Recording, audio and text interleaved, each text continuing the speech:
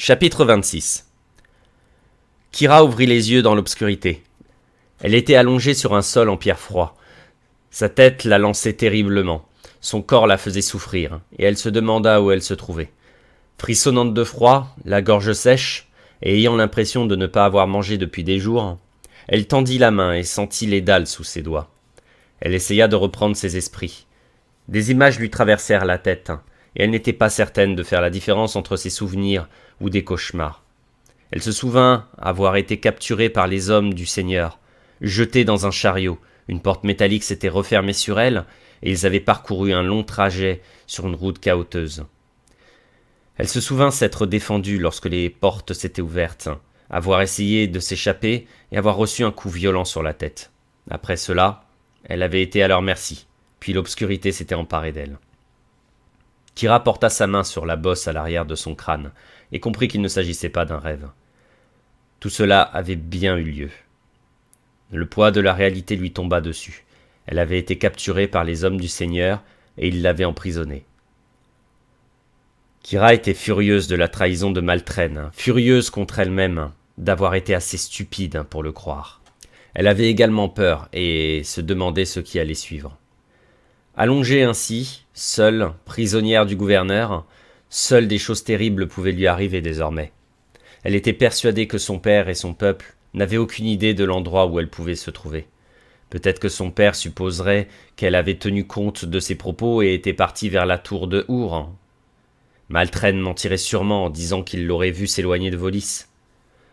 Rampant dans l'obscurité, elle chercha instinctivement son arc et son bâton, mais il lui avait été retiré. Elle releva la tête et vit une faible lueur passer au travers des barreaux de sa geôle.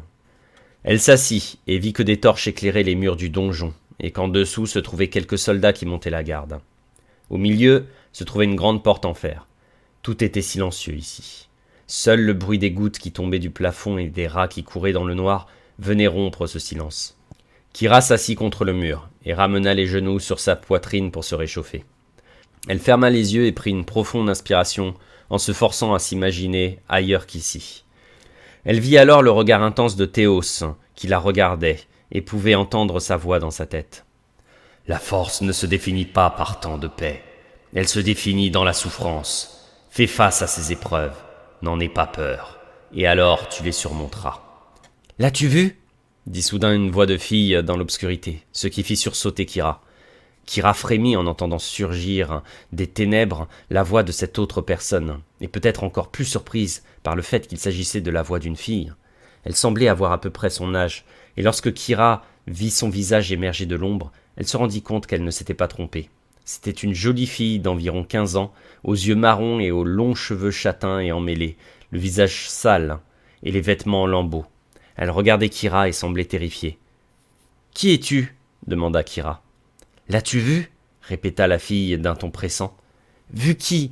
Son fils » répondit-elle. « Son fils » demanda Kira incrédule. La fille se retourna et regarda autour d'elle, complètement épouvantée, et Kira se demanda quelles horreurs elle avait pu voir. « Je n'ai vu personne » dit Kira. « Oh Dieu, ne les laisse pas me tuer » implora la fille. « S'il te plaît, je déteste cet endroit » La fille se mit à se balancer de façon incontrôlable, recroquevillée sur elle-même, et Kira en eut le cœur brisé. Elle se leva et passa un bras autour de ses épaules pour essayer de l'apaiser. « Chut !» dit Kira en essayant de la réconforter. Kira n'avait jamais vu un être brisé à ce point. Cette fille semblait terrifiée par les personnes qu'elle mentionnait. Cela ne pressentait rien de bon pour la suite. « Dis-moi, » dit Kira, « de qui parles-tu ? Qui t'a fait du mal ? Le gouverneur ? Qui es-tu ? Que fais-tu ici ?» Elle vit que le visage de la fille était tuméfié, qu'elle portait des cicatrices sur les épaules. Elle essaya de ne pas penser à ce qu'ils avaient fait subir à cette pauvre fille. Elle attendit patiemment que ses balancements cessent. « Je m'appelle Diardre, » dit-elle. « Je suis là depuis... Je ne sais pas. Je pensais que cela faisait une lune, mais j'ai perdu la notion du temps. Ils m'ont enlevé à ma famille, vu que cette nouvelle loi les y autorise. J'ai essayé de résister et ils m'ont amené ici. » Diardre regardait dans le vide, comme si elle revivait les événements. « Chaque jour, ils ont de nouvelles tortures pour moi, » poursuivit-elle. « Au début, c'était le fils, puis le père. Ils se servent de moi comme si j'étais une poupée et maintenant Je ne suis plus rien. Elle regarda Kira avec une intensité qui l'effraya. Je veux mourir, implora Dierdre. S'il te plaît, aide-moi à mourir. Kira la regarda horrifiée. Ne dis pas ça, répondit Kira. J'ai essayé de prendre un couteau pour me tuer l'autre jour, mais il m'a échappé des mains. S'il te plaît, je ferai n'importe quoi. Tue-moi. Choquée, Kira secoua la tête. Écoute-moi, dit Kira en sentant une force monter en elle à la vue du désespoir de Dierdre. C'était la force de son père, la force de générations de guerriers qui couraient en elle. Et par-dessus tout, c'était également la force du dragon, une force qu'elle ne savait pas en elle jusqu'à ce jour. Elle attrapa Dierdre par les épaules et la regarda droit dans les yeux. « Tu ne vas pas mourir, dit Kira d'un ton ferme. Et ils ne vont pas te faire de mal. Tu me comprends ? Tu vas vivre. Je m'en assurerai personnellement. » Dierdre sembla se calmer en ressentant l'assurance de Kira. « Quoi qu'ils aient pu te faire, poursuivit Kira, cela appartient au passé désormais. Tu seras bientôt libre. Nous serons bientôt libres. Tu vas pouvoir refaire ta vie. Nous serons amis et je te protégerai. Tu m'entends ?» Dierdre la regarda d'un air interloqué, puis elle fit un signe de tête et se calma. « Mais comment ?» demanda Dierdre. « Tu ne comprends pas, il n'y a aucune issue. Tu ne sais pas ce qu'ils sont. » Elles sursautèrent lorsque la porte s'ouvrit en grand. Kira observa le seigneur gouverneur approcher, suivi d'une dizaine d'hommes et d'un homme qui était sa copie conforme, le même nez proéminent et air hautain, peut-être dans la trentaine. Ce devait être son fils. Il avait le même ricanement que son père, le même visage stupide et la même attitude arrogante. Ils traversèrent le donjon et s'arrêtèrent près des barreaux. Leurs hommes s'approchèrent avec des torches et éclairèrent la cellule. Kira découvrit pour la première fois sa cellule à la lumière et fut horrifiée de découvrir que le sol était recouvert de taches de sang. Elle ne voulait pas savoir combien de personnes l'avaient précédée, ni ce qui leur était arrivé. « Amenez-la ici !» ordonna le gouverneur à ses hommes. Les portes de la cellule s'ouvrirent, les hommes pénétrèrent, et Kira se retrouva soudain sur ses pieds, les mains liées dans le dos, incapable de se libérer. Ils l'amenèrent devant le seigneur gouverneur qui la dévisagea de la tête aux pieds comme un insecte. « Ne t'avais-je pas mis en garde ?» dit-il doucement d'une voix grave et sinistre. Kira fronça les sourcils. « La loi pandésienne vous autorise à prendre les jeunes filles pour femmes, et non à en faire des prisonnières, dit Kira d'un air de défi. Vous violez vos propres lois en me retenant prisonnière.